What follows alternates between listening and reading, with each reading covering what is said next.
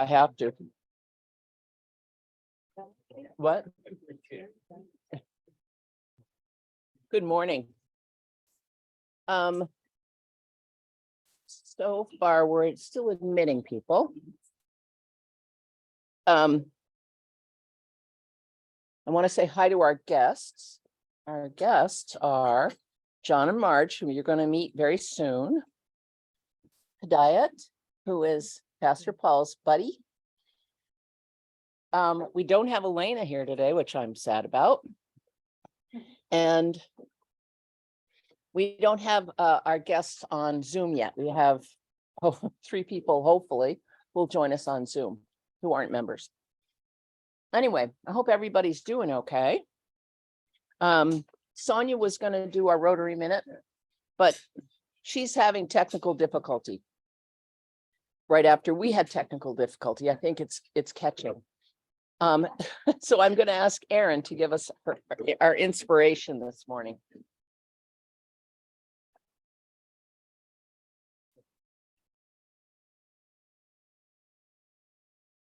I'm not inspired. Be patient.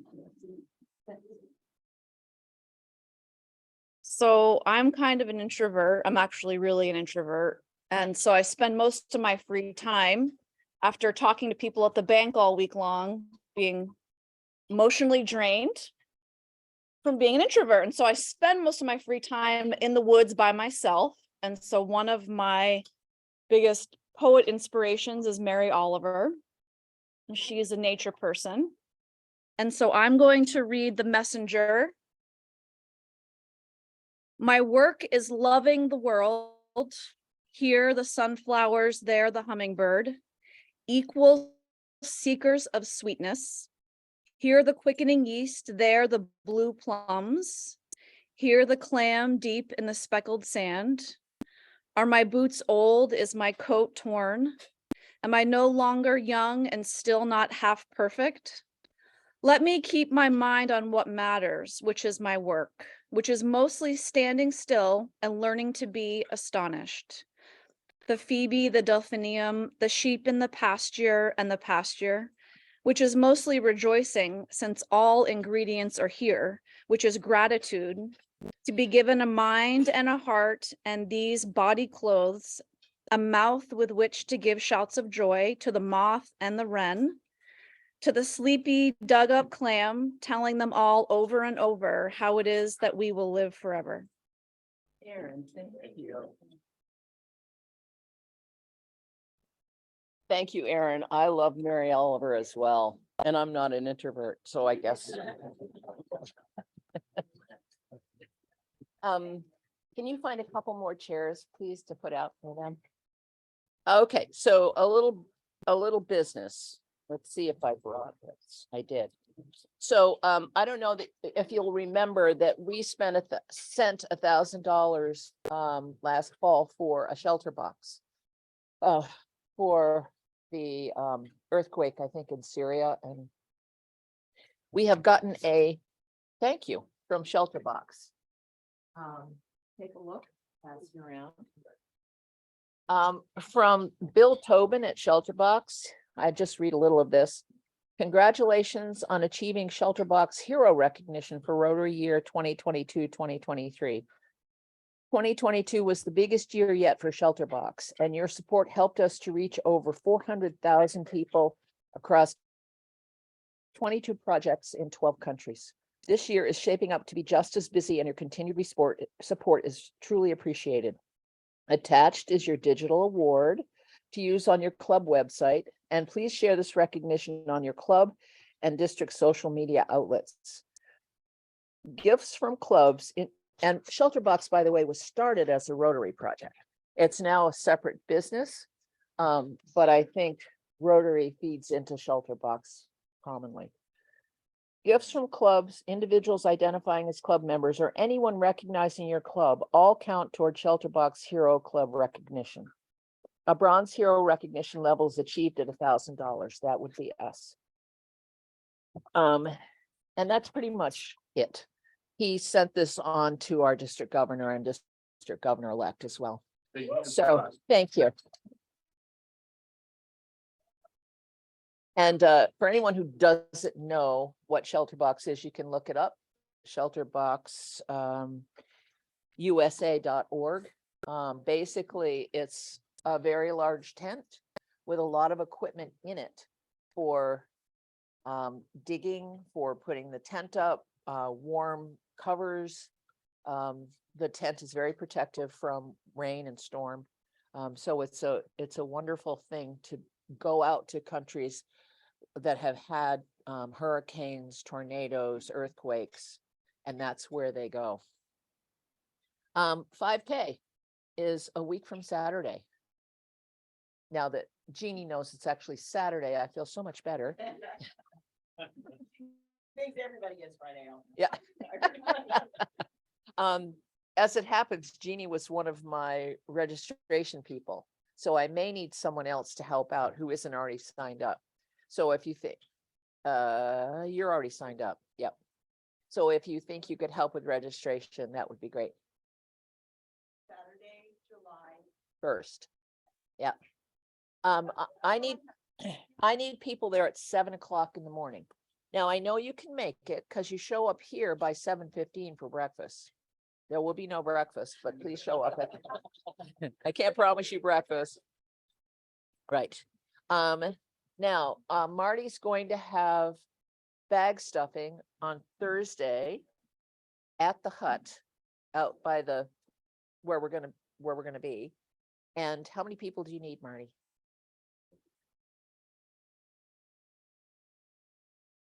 Yeah, and Dave is going to help you too, you think? Okay. But actually, no, he's gonna be available on Friday, he won't be available Thursday. So at what time would you like people to come? I can pretty much do it, I mean, if I know who's gonna do it, I can figure out who that. And contact with them. So are there two people who'd be willing to stuff the plastic bags for the pre-registrants for the race on Thursday? Time to be determined. Take off. Jude will. Anybody else? Jeannie. Thursday, you said? Yeah, Thursday. Yeah, we can figure out a time. Yeah. It's actually the day of the changeover, so don't plan it for 7 o'clock at night. 7 in the morning, sure. I just need, somebody is planning to bring tables. Who's planning to bring tables the morning of the race? Oh, we don't need tablecloths. What'd you say, Elizabeth? Can you bring it? And you have one, Susan? One of these short well, not, sort of short plastic ones. I need at least two that are, You want like bridge tables? Or? no, bigger than that. Probably 5 or 6 feet long. Anybody else? So that's 2 tables. What? I have a 6 foot. Yeah, bring that. I think that's going to be enough. And chairs. We need some chairs. Anybody planning to bring folding chairs? Perhaps chairs, sure. Would you? That'd be great. I need 7 chairs. Sure you don't need 8. I'm not sure. Or you could bring your own folding chair if you want to sit and watch the race, whatever. Yes.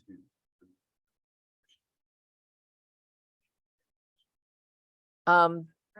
I think we'll put Andy Michael in that spot because Andy signed up for 2 things and I can't give him a job. So I told him somebody need him. Okay.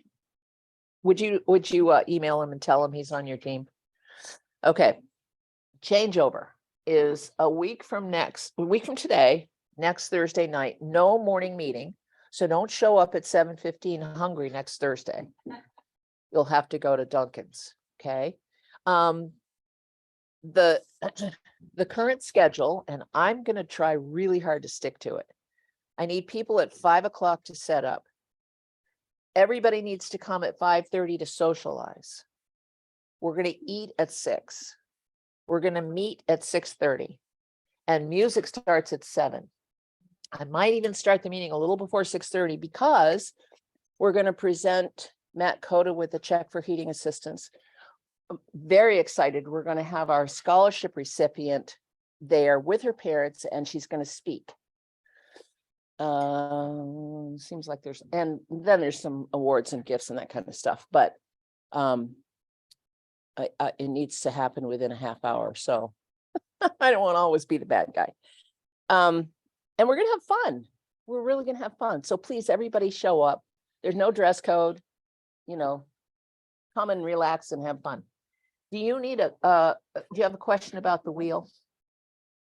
I can bring it next week for its unveiling, just to have it on, so people can see what it looks like in spinning. Did you decide about the letters? We decided to skip on the letters for now, Okay, and we'll just.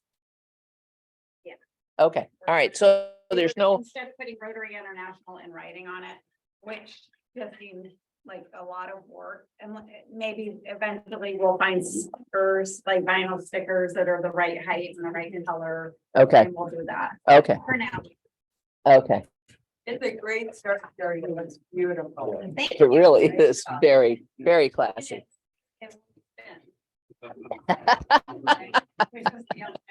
I could just see us all getting dizzy looking at it. By the way, are you assigning the signs? You know, the signs? Oh, for the parade? Yeah. They've already been assigned. Yeah, Andy already did that. Okay, because I want to do community service and wear my food shelf t-shirt. Oh, we can look at the latest email and see if that one's been taken, and if it has, we can just Yep. trade off. See if you can put me down, because that's what I want to do. Yeah, So there's no one sign that's community service, they all have that. They're, That. they're different signs, yeah. Yeah, Barb. Say something about the library. Yep. One more thing. Carol is here as a visitor. We just want to welcome our visitors. Welcome, Carol. It's good to see you. And Danny. Oh, good. She's also a food shelf volunteer. Danny, it's good to see you. Welcome. All right, Barb, you're on. Right, so I wanted to thank Armin last week for coming up with a great idea of calling the Richmond Library. They were thrilled with our ability to give them some money. We gave them $517, was it? Something like that. And they're buying certain kits, and they sent a thank you, and one day they'll come and speak, which will be nice. So we learn a little bit about what they're doing there. The other thing is, well, thank you, because I said it was a great idea. I need some volunteers, and I think it's going to be Monday at 3:00, but I will confirm if I can get 2 or 3 volunteers to help me pick out books that will be going both to Williston School and Richmond School, because the library allows us to look at all the books that have been donated and to take out the books first that we can give to the school. So do I have? This Monday? No, it'd be The third. the 3rd. Oh, the third, oh, yeah. All right, Yeah. Vince. Oh, Angela's hands up. Angela's hand is up. Yeah. Okay, Angela, Elizabeth, myself, and Jude. Okay, great. I will confirm and let you know the time they've been back and forth, whether we come at 2 or 3. So, okay. And then on Thursday, they would like some people to help out with the sale. And Elizabeth, you said you and your daughter are going to do that? You can. Anybody else would like to help them? All right, well, I'll send out a note again. Okay, thank you.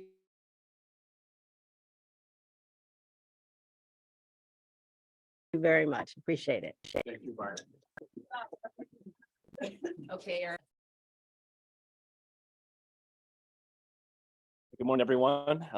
It's my last speaker for the month of June. I'm Eric Wells, the speaker chair this month, and it's my pleasure to have John and Marge Butterfield join us today.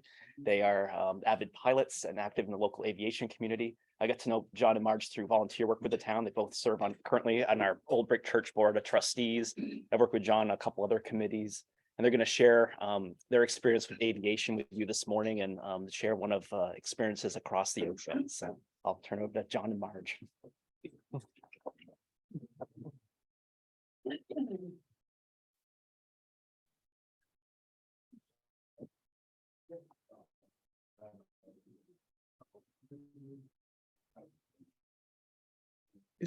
Do we have the clicker? What's that? I think you just found it. He's the. Oh, he's the clicker. Okay, all right. Well, good morning, everybody. Thanks for inviting us today. We moved to Williston in 1985, have lived on North Williston Road since then. And the past 35 years, we've been involved in aviation. So we'd like to share with you a couple things. First thing is something that's very interesting that's going on in the aviation community and in our local community. And then Marge is going to tell you about her big life adventure that she did. Next slide, please. So when you think about aviation and you see people flying around, you think about flying for fun. Some folks fly for business, which I used to do before I retired. There's folks in our community that work on airplanes, that build airplanes. And there's a lot of local aviation activities, groups like yourselves that do various things in the act. But one of the things that we've noticed since post-COVID is the tremendous increase in youth aviation. Surprisingly to us, a lot of kids, and particularly young women, are very interested in aviation activities. And so our group we're really trying to promote this. And you can see some of the activities there. Next slide, please. So who's supporting our youth aviation programs in the state of Vermont? Well, the Experimental Aircraft Association, which is a national organization based in Oshkosh, Wisconsin, really kind of got the ball rolling with this. And they started some programs, which we'll talk about. There are 4 chapters of the EAA in Vermont. Chapter 613, based in Franklin County State Airport, is the one we're affiliated with.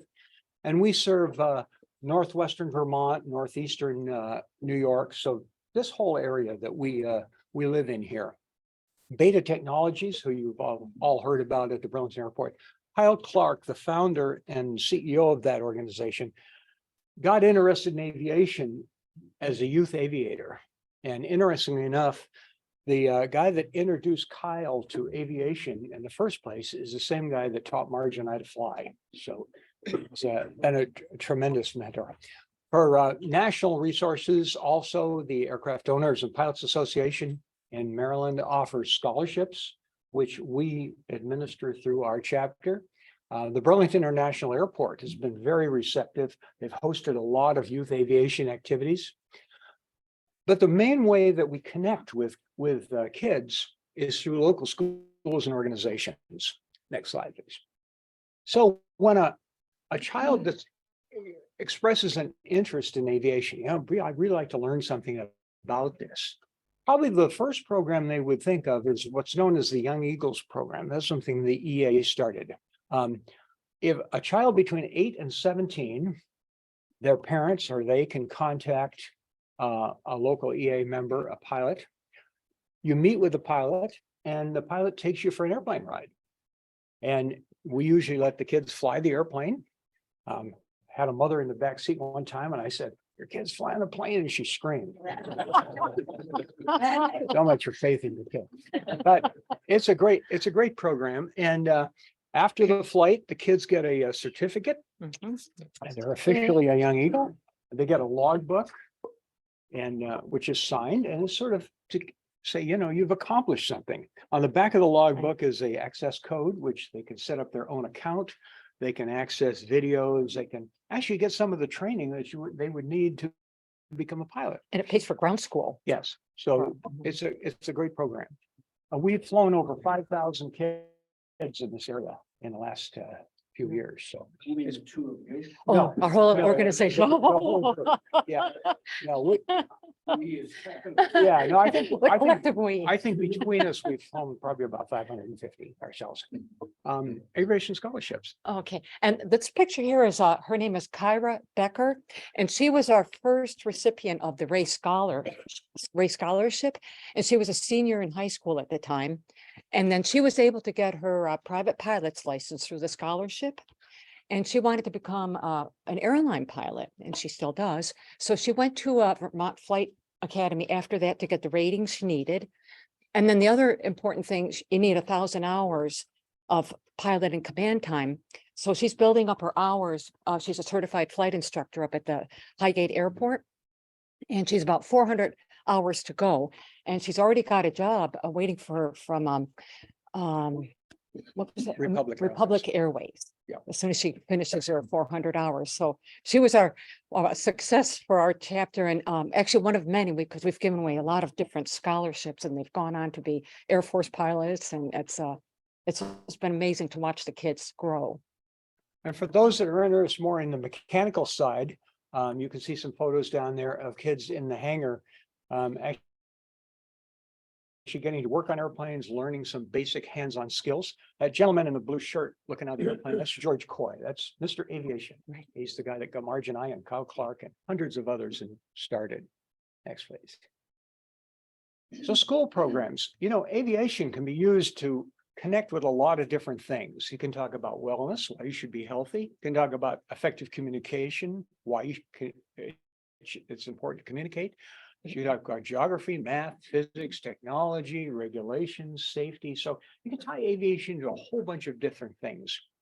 So how do we execute these programs? Well, mentoring, oftentimes we pair a kid with an adult, and the adult works with a kid. It often evolves into more than just aviation. Sometimes they become life mentors.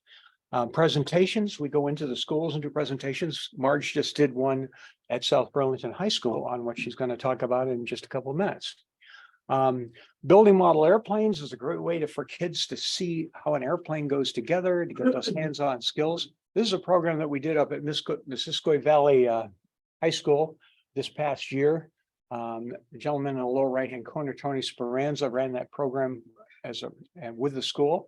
The kids actually build an airplane, they build a simulator, they flew the airplane, and so it was a great experience for them.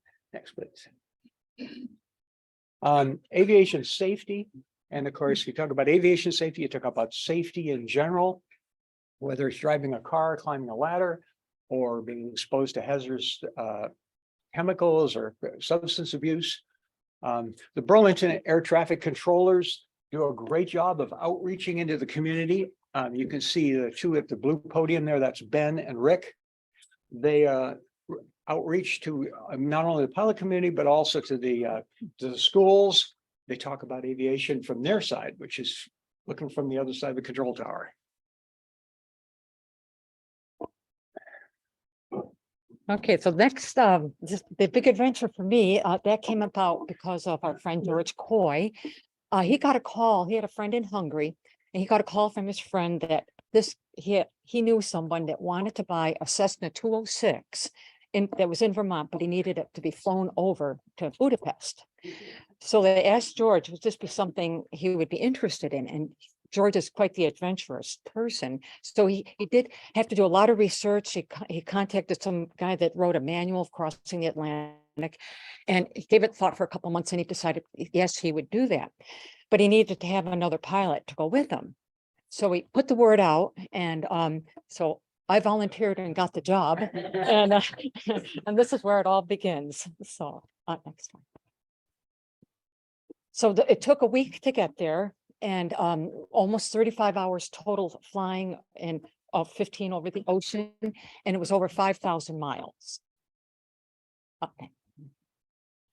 So that was a picture of the plane. So it's 3 models up from a Cessna 150, which is the trainer model that you learn to fly on. Fixed gear, and it has 84 gallons in the wings, and that was it. So in order to cross the ocean, we needed to take out the back seats. And then we had a 130-gallon fuel tank installed in the back. So that would get us over the ocean. Next. Find it. And now there's 3 routes if you want to go over to across the ocean. The 2 from the north, they start from Canada, go up to Greenland, Iceland, and then to Scotland. And the lower one starts lower in Canada, goes up to Greenland, and then divvies over the ocean a little bit and over to Scotland. And the southern route starts in St. John's, Newfoundland, goes down to the Azores, and then back up to Porto, Portugal. And you have to, between May and September of every year, there's always icing in the clouds you have to be aware of. And actually, this trip was in 1993. So that was 30 years ago. And this was prior to having any of this advanced technology in the airplanes. We just had the old 6-pack instrument. No, well, we had a handheld in the plane, but anyways, we knew it was a very cold spring, and there was actually snow still on the ground. And so we knew if we were going to go through any clouds over the ocean that we would get ice. So we took the southern route, which was longer, but it was going to be safer. So it started first from Burlington over to Portland. And that was 1 hour. And the next one was once we got it was from Portland up to Moncton. And we chose Moncton because we had to be inspected by the Canadian Transport Authority.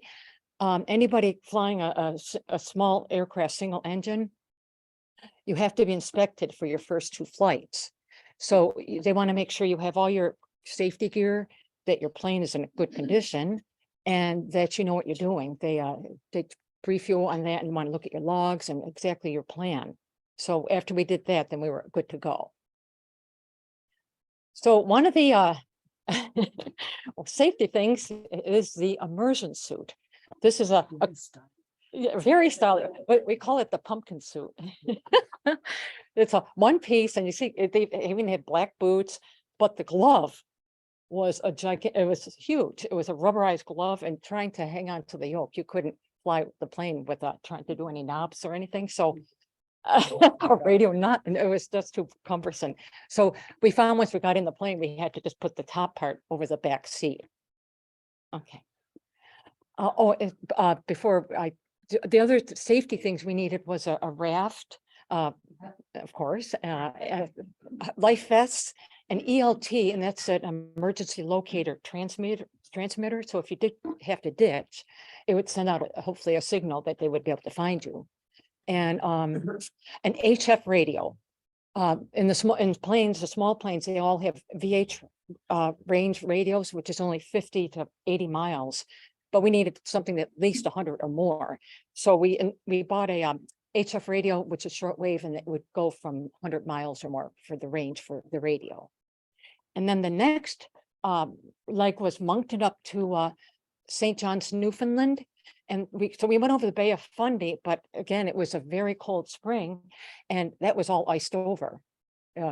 So when we landed in St. John's, that's the jumping point from there going for the southern route to the Azores, and they called it, they're jumping the pond. Okay. And this is the route now going down from St. John's down to Santa Maria in the Azores, and we came across 2 islands before we got there. So that was almost 1,400 miles and over 9 hours, and we flew at 10,000 feet. We did encounter a cloud deck below us, but it never got up to 10,000 feet, so we were fine. So the biggest thing, of course, when you're doing any planning of a trip is your flight planning. So this is what they still use when people are learning to fly.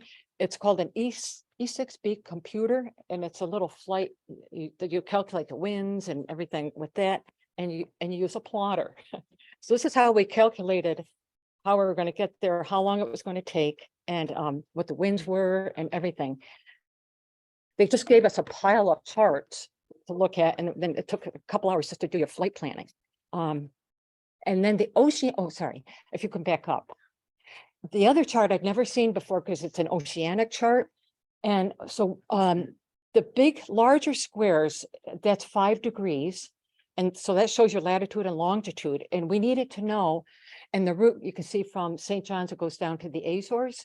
So we needed to know, of course, where we were. So we had to report every 5 degrees or every hour, whichever came first, of where we were. We give the latitude and longitude and where we expected to be an hour from then with the latitude and longitude. And so the controllers would keep following us. One time we couldn't even get through to any controller at all. And oh, and I forgot to mention George, he was the radio operator and the navigator. And I flew the plane, except for the first 2 legs, he flew because he wanted to make sure if anything happened with the plane, he'd be able to handle whatever happened with the plane. But the plane was fine. And so I flew just from St. John's to Budapest, and he was navigator and the radio operator. So at the one point when we couldn't get anybody, there's a common frequency 121.5.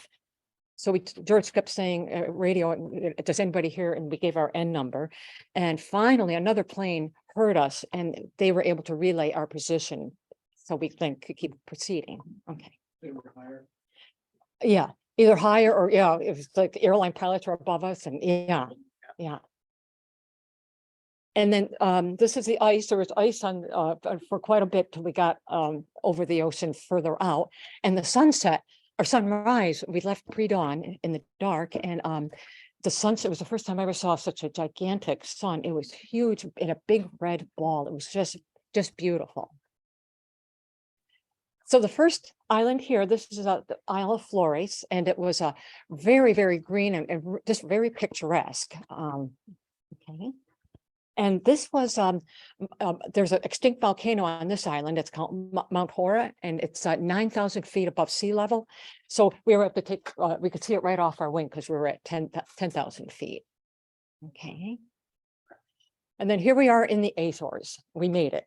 And we were very close to our time that we calculated with our calculations, except for we were off about 10 or 15 minutes because with that big fuel tank in the back, we were really overgross. So our climb out was very slow. But we were right on the dot to get there. So it was a big accomplishment that we felt like the rest we can do. Okay. So the next point was then from Santa Maria up to Porto, Portugal. And this was the part that we did encounter weather. The cloud deck kept coming up and up, and we were dodging, going big clouds sticking up in between. And pretty soon the base was at 12,500. And we didn't have any supplemental oxygen. So you can't fly at 12,500 for more than a half an hour. So we then knew we had to go down. So what we had to do, the freezing level was around 6,000 feet. So we went down and leveled off, and we were fine at 6,000. But we were being in the clouds, it was what they call cumulus nimbus activity, which is quite turbulent. So our plane, we were just bouncing up and down 1,000 feet a minute and pelted with huge raindrops of rain. So if we would have been in the clouds, this type of rain with it would be clear coating on your plane. So that would have been very dangerous.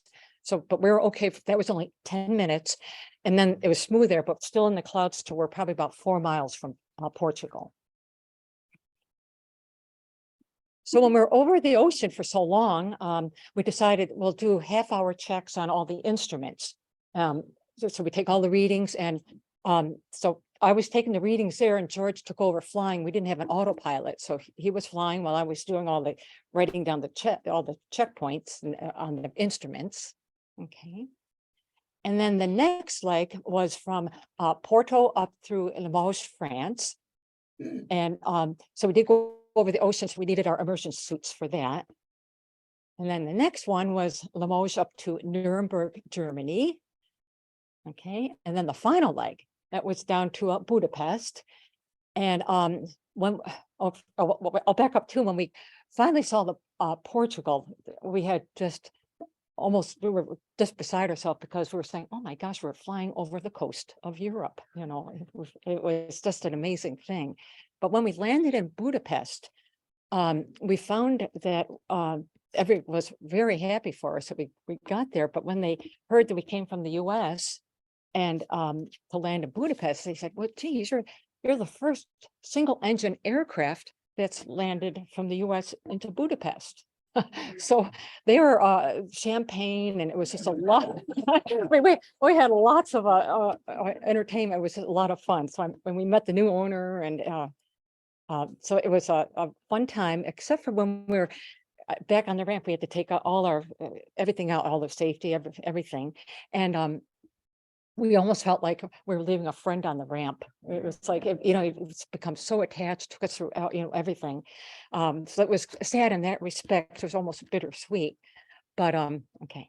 But when we landed, it was just wonderful. And we realized what a great accomplishment that we did. And I was so lucky to have the opportunity to do that. And I was learning, getting my instrument rating at the time with George. So it gave me a lot of experience of learning about clouds, flying through clouds, icing, approaches and instrument landings. And so I learned an awful lot. And I thought this was going to be just once in a lifetime.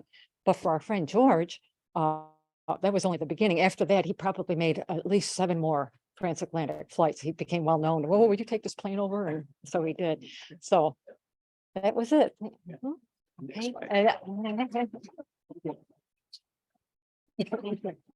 Thank you. There must be questions. Uh-huh. You know what the number one question that kids ask Marge? Yeah. Did you go to the bathroom? It's yeah. Well, how I did that, when we were in the hotel before we were gonna leave, I come down from my room and George is sipping on a cup of coffee. He says, "Marge, you want a cup of coffee?" I go, "What?" I was like, no way. I didn't eat or drink anything. All we had, I brought some hard candy and stuff, but I said nothing in, nothing out. So I didn't want to even have to take that chance. Why are you restricted to those 3 weeks? Why could you not fly? I think I'm not sure, but they want to keep you on radar because all the airlines and, and there's apparently a lot of small traffic too. They want to know where everybody is. And then if somebody's in your path along the way, they would let you know that you're coming up on somebody or, yeah. You must have had to refuel at all of those. Yes, we did. We topped off everywhere. Yeah. Mhm.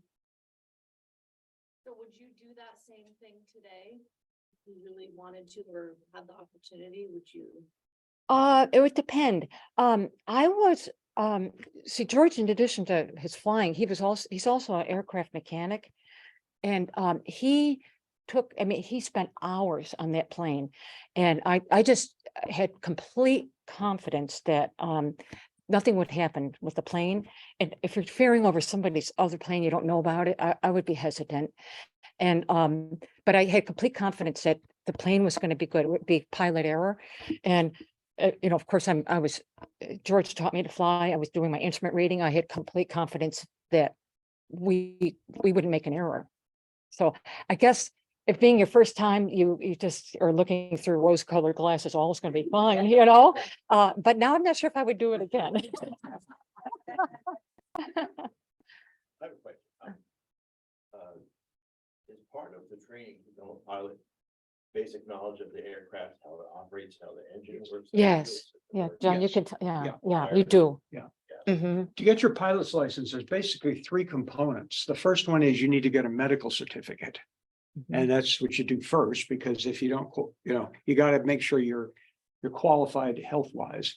The second part is what's called the ground school, which is a theory, which covers the airplane, the regulations, weather, all the different written aspects. And then the third part is the flight training. And you have to know how everything works in the plane. Yes, that's Yeah, right. yeah.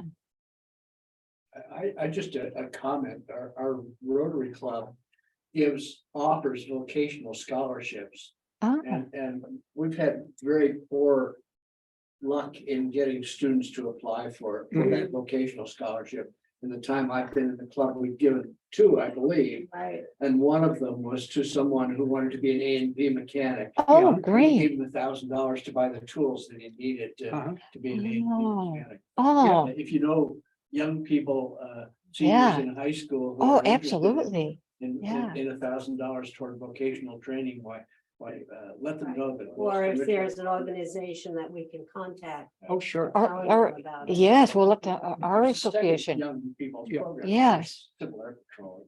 Yeah, we actually have a woman in our chapter who, she is our youth aviation director. Mhm. So she's the focal point for all this. And an interesting thing about her, she is a breast cancer survivor.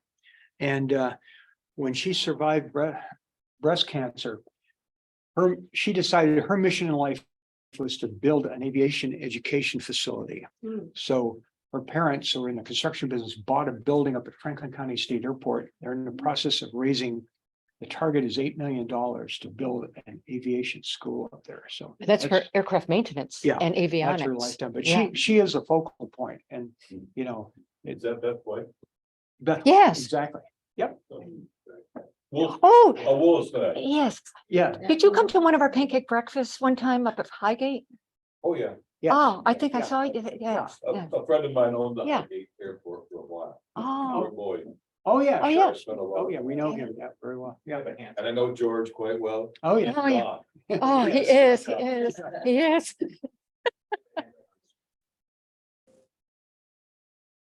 What happened? Yes. Oh, It says thank you for the schools.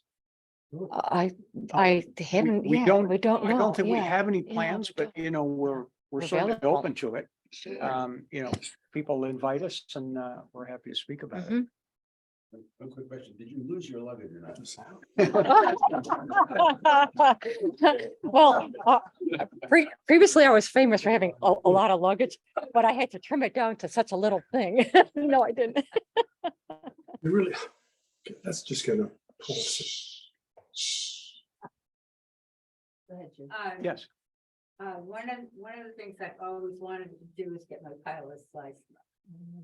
And I never did get to do that, but I have a nephew who's a professional pilot. Mhm. And another, my cousin actually was a pilot for Hamilton Standard. Yep. So he was a company pilot. And I said to him, if you ever need any extra weight or whatever. So all he wanted was down in Connecticut. And he had retired and he had purchased with a couple of other pilots a Cessna. So I always remembered, being on a huge flight and Yeah. roar that you get.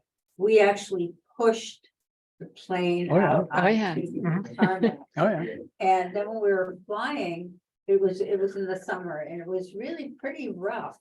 And he said, once we get over Long Island Sound, it'll just smooth out, Yeah. which it did. So that was my big excitement for that.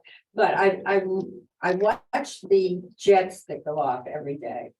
And always wanted to have a ride in one. of them. Oh, boy. And my husband said, you couldn't because you would get sick to your stomach because they go up so fast. I said, well, I'll just bring a bucket. Have you ever been in one of those jets? And would you have, how dramatically different would it be for you to do that? Oh, I think the G-force. Yeah, is we've really- yeah. never been in one, No. but I think, you know, that we've done some aerobatic stuff.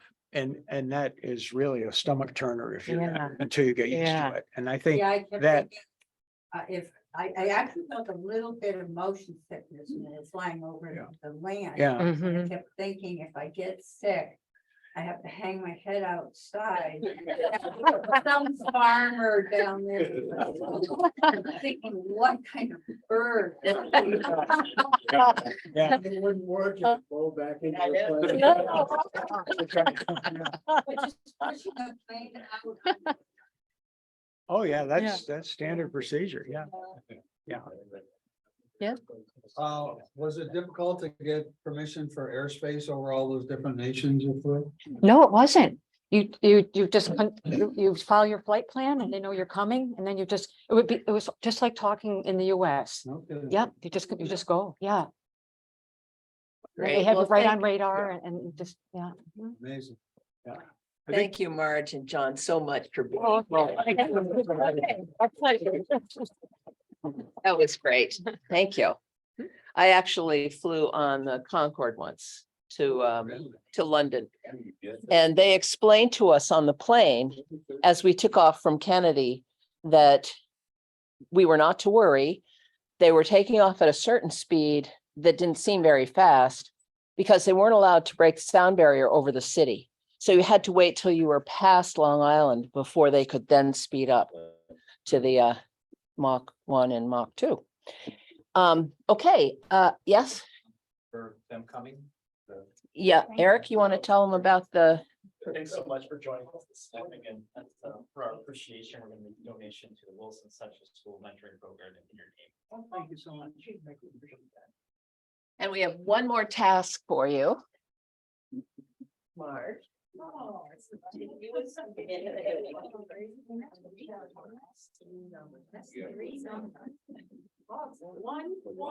7.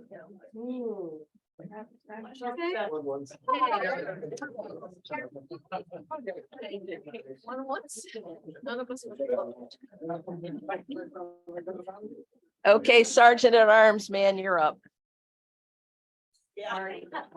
Oh, Marty, you're up.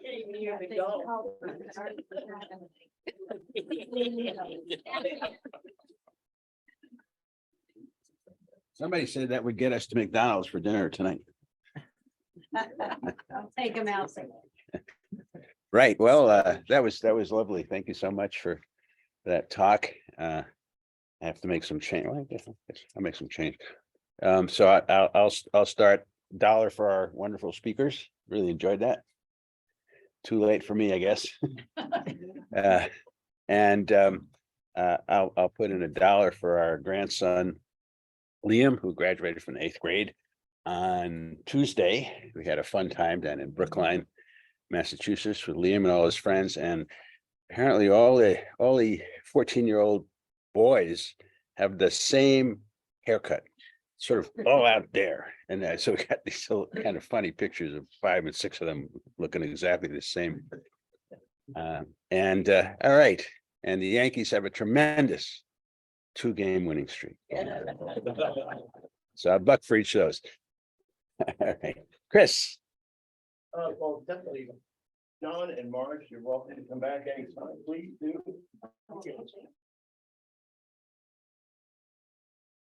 And you don't have to speak. I mistakenly thought she had said that Sonia was going to read the inspiration. Isn't that what she said? No, I did the Rotary. Oh, so I was waiting, looking at the screen, and I said, I'm not inspired yet, but I was inspired by your. by Mary Oliver. Yeah. So Mary Oliver is one of my wife's favorites. She's an English major, so thanks for reading that. That was great. And that's it. Thank you. I'm happy to find my daughter Julia graduated from high school. All right.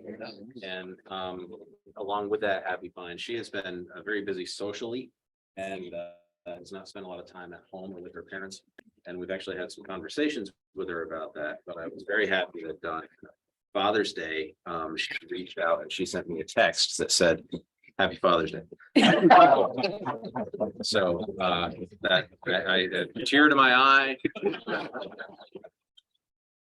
Very, very impressed. Upstairs in our room. She actually calls the landline sometimes. What's for dinner? I should put in $1 for landlines.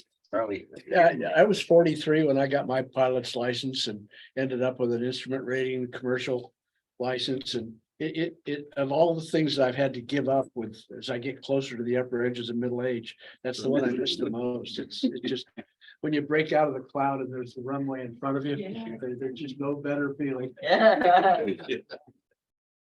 Right, Walter. So Donald for the speaker, that was a great presentation, and I would hope that eventually you would actually speak in the Williston schools. That would be wonderful for the kids.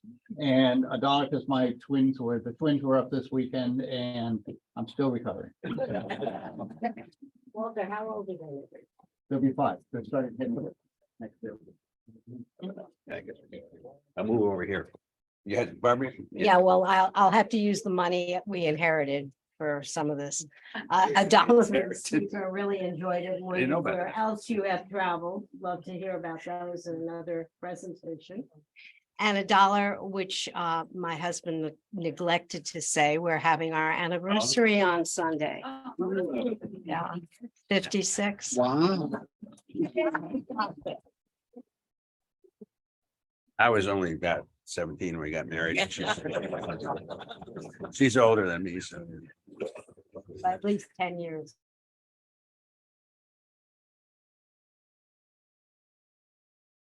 Dan? Well, $1, I got Austin, I forget what it's called, that, Yeah, that one. that one. Yeah, and then I put in $4 for Sally. We won't need to talk about baseball today. How did your team do when you went to see the game? I don't remember, Who's my daddy? I'm in second. Yeah. I'm shameful about that. They were the, first losers. I have two things, but only $1. But Barb will cover me. But $1 for you guys, the speakers. So cool. I've had a couple of interesting experiences in small planes, most notably in Alaska and in Nepal. So not flying, but just as a as a passenger. But anyway, yeah, that's really great, really exciting. It's really cool. And then I wanted to commend the legislature for coming up with a way to house the people in the motel programs until they can find a better place to live than the streets or campgrounds. So. Right. Okay. Move over here. I'll wave money. Sally. So of course, $1 for the speakers. Thank you so much. And we could listen to you talk for hours, I'm sure. So you'll have to come back, join the club, and then you can talk to us over breakfast. $1, figure out how to say this without sounding sappy, but $1 to thank you all for my year as president. This is my last regular meeting, and it's been fun, it's been challenging, it's been fascinating. And I'm so glad that we have such wonderful new members in the club. So thank you all.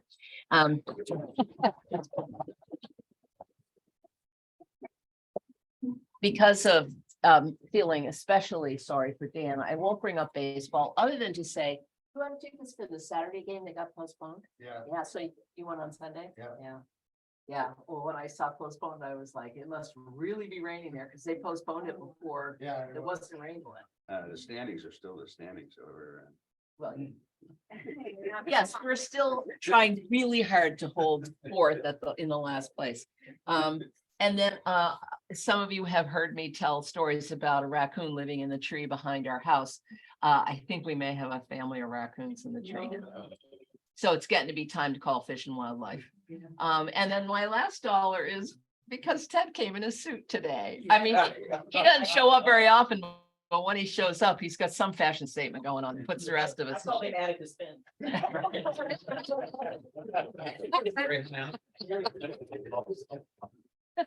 Jude. $1 for the speakers. If you ever need anybody. So wait. No. I'm out watching it. I just stop whenever I know those jets are going off. I have to stop. And they always have two. They never have one. They have two or more. But anyway, another $1 for Sally for keeping us on track for the whole year, and for just almost a miracle of being such a fantastic president of our club. Thank you. With a lot of duress. So anyway, we love you. We're so appreciative, and we'll miss you standing up there. And commanding us. Anyway.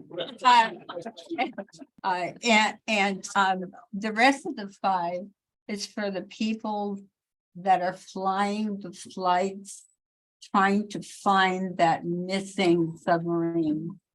You forget that flights, which make a lot of noise to begin with, are trying to pick up the sonar sounds of things and everything. So all I wish is that I was between the ages of something and 17 for your program, because I'd be there.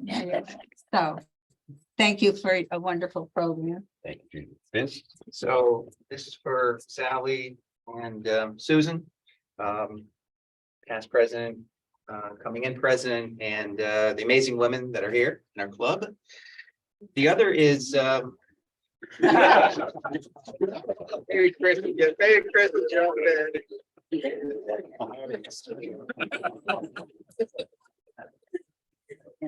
Second one is for our guests. A great speech and a happy thought that they left me with, which is when Don and I were in our 20s, we went down to Kitty Hawk and we're able to, so we had a pilot, his name was Lane, he took us up. And when we got our certificate, he signed it P. Lane Wrecker. So I guess that was the joke down there. Right. So $1 for our speakers. Thank you. That was just compelling. I really appreciate the presentation. $1 in honor of our departing president for her leadership. We are so grateful. And then the last dollar relates to our guest today, Hidayat Arya from Afghanistan. A joy to have him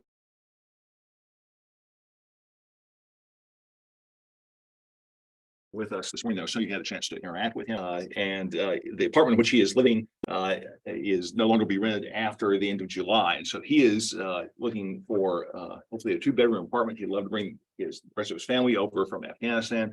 So if you know of space that might be available, I know the housing market is very tight. But this is a wonderful, deserving newcomer to our country. And if you happen to be aware of an opportunity for housing for him and his family, let me know. Gary? So 50 cents for the men. No,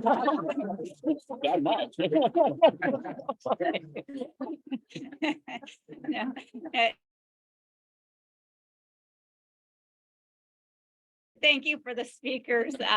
In Alaska, Devin, and they ask you how much you weigh before you get on. And when you're, it's like, do I laugh? We usually that 5 pounds, it's like it seems to matter. The little kid that was standing out on the runway with a screwdriver at the propeller, like, yeah. And then also something I haven't been able to talk about for like 3 months that I can finally say is our son, who is a Marine paramedic and a firefighter, married, owns a home down in New Hampshire, 28 years old, super successful kid, right? He at first didn't want anything to do with ECI. Now he's joining the business. So he's coming home. He's going to work at ECI. Well, he's going to eventually they'll sell their house. But anyway, he's joining ECI. And so I got the message one night. So mom's to me, not my husband. Do you think Dad has room in the business for me? I'm like, I don't know. Let's see what we can do. So it's finally official and I'm finally allowed to say something. So keeping my mouth shut for a few months was pretty hard. The trouble with being almost last is that everyone else has already said what you thought you were going to say. But first of all, I'd like to thank John and Marge for introducing young people to aviation. I started out in Civil Air Patrol and ended up in the Air Force, an air traffic controller in the Air Force and Burlington, and a commercial pilot in the end. A great career for young people to get involved in. Thank you for your efforts in that. Also, Sally, thank you for a wonderful year. Susan, best wishes your upcoming year. And thank you for your 50 cents. You're putting the other 50. I just want to say thank you to Marge. That was an incredible story and what an amazing thing you did, which I don't even like to get on a normal plane. Like, so the fact that you did that 30 years ago and have the courage to do it, and that's amazing. And also thank you for summer officially being here. We know how fleeting it is, so I'm very happy. Yeah. We're on our way back to Rhode Island to celebrate all the graduations. And I spent yesterday getting started, getting the pool open so my grandchildren can swim in the pool. So it's been a good week, busy but good. Anyone on the screen? Don't think so. Anyone I missed? Anyway, Right. still have money left. Oh, I'm sorry, Dan. Oh, I just wanted to say hi. Sorry, guys, I couldn't be there today, but I'll see everybody on Saturday, July 1st, for the relay. And it's a changeover. Oh, don't forget Next Thursday. Next Thursday is changeover. And there's no. I've got my basketball league. I can't make it to that, but have a great time, you guys. Right, he's my assistant on. Yep, he's gonna be a good runner. All right, everybody. Did we take any tables from the corner? Vince, do you know if we can